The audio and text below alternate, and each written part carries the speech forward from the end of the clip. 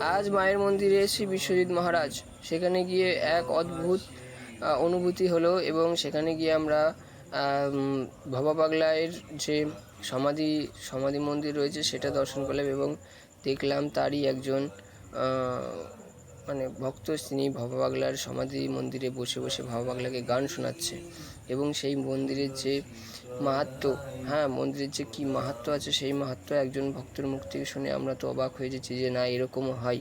আমাদের এই পশ্চিমবাংলাতে অনেক কত শত এইরকম সিদ্ধ পুরুষের আবির্ভাব ঘটেছে, আগমন ঘটেছে, তাদের মধ্যে এই ভবা পাগলা হলো একজন, যারা মাকে সাধনা করে, মাকে ভালোবাসে, তাদের মানে অন্য লেভেলের একটা বিষয়। এইখানেই তার সমাধি মন্দির এবং সেখানেই তিনি ঘুমিয়ে গেলেন। ফুলের মালা ছিঁড়ে পড়েছিল, দড়িতে গলায় ঝুড়ি নিয়েছিল, ওনার মা তাড়া করেছিল যে ফুলের মালা হয়ে ছিঁড়ে পড়েছিল, মানে গরুর দড়িতে গলায় দিয়েছিল। এইখানে কে দড়ি দিয়েছিল? মানে ভবা পাগলা যখন সাধনা করতো, হ্যাঁ, এই গাব গাছে সাধনা করতো, আর ওনার মা যখন তাড়া মেরেছিল তখন ওই ঘরে ঢুকেছিল, ঘরের থেকে যখন ঘরের দরজা ভেঙে ঢুকতে হলো 4 ইঞ্চি জানলার ফাঁক দিয়ে, তখন বেরিয়ে পালিয়ে গেছিল। আচ্ছা, পালিয়ে গেল। পালিয়ে যাওয়ার পরে তখন গরুর দড়িতে যা এই জীবন আর রাখবো না দিয়ে তখন গাব গাছে উঠে গলায় দড়ি নিয়ে ঝুলে পড়েছিল। তারপর ওর মা খুঁজে পায় না এসে দেখে পাগল গাছের গোড়ায় পড়ে রয়েছে, ফুলের মালা গলায় দিয়ে।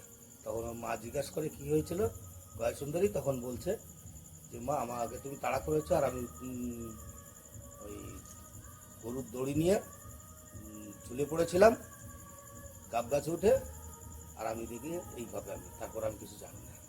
তখন ভবা পাগলা এই কথা বলতো, ওনার মা গয় সুন্দরী। সত্যি সত্যি, ঠিক আছে।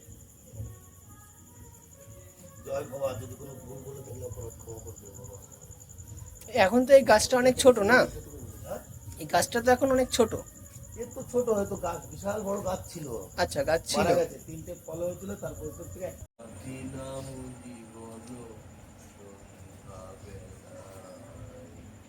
সন্ধ্যারানী তুলসী তলায় প্রণাম করিতে যায়।